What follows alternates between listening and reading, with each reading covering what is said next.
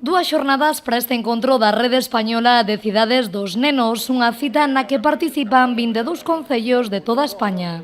No, pues la red es una red de ayuntamientos que lo que están haciendo es trabajar dos temas muy importantes. Un tema, la participación de los niños y de las niñas en todo lo que pueden ser los retos o las decisiones de los municipios, y por otro lado la autonomía de los niños, que es algo que el sistema escolar nos los ofrece y que todos los agentes del municipio podemos ser partícipes de proyectos de este tipo en el cual inculquemos unos valores, unos principios a los jóvenes, ¿no?, a través de la participación o de la autonomía, y consigamos también conectar a todos los agentes locales para que puedan participar pues, en proyectos de este tipo.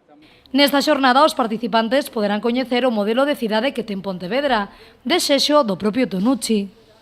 Que en estas reuniones, aunque parece que ya está escuchado todo, aunque parece que haya,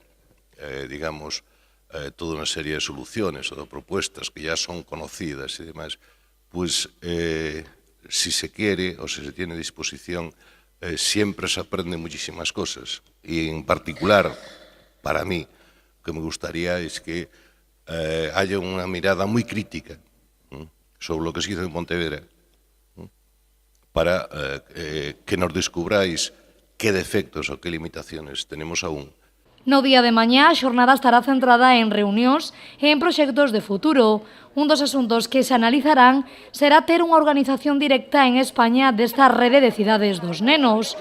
A Deputación de Pontevedra postúlase como gran candidata. Y hoy ya son 22, en solo 2 años, ¿no? Ha conseguido el vicepresidente que 22 ayuntamientos se sumen a este gran proyecto. Y nosotros estamos encantados.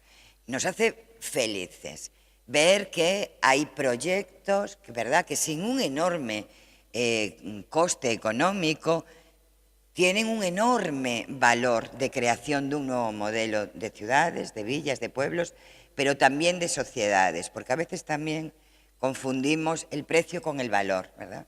Y el valor siempre es mucho más importante que el precio. Nesta xornada, todos os que visitaron Pontevedra puideron coñecer en profundidade a boa vila a través dunha visita guiada polos lugares máis emblemáticos da capital de provincia.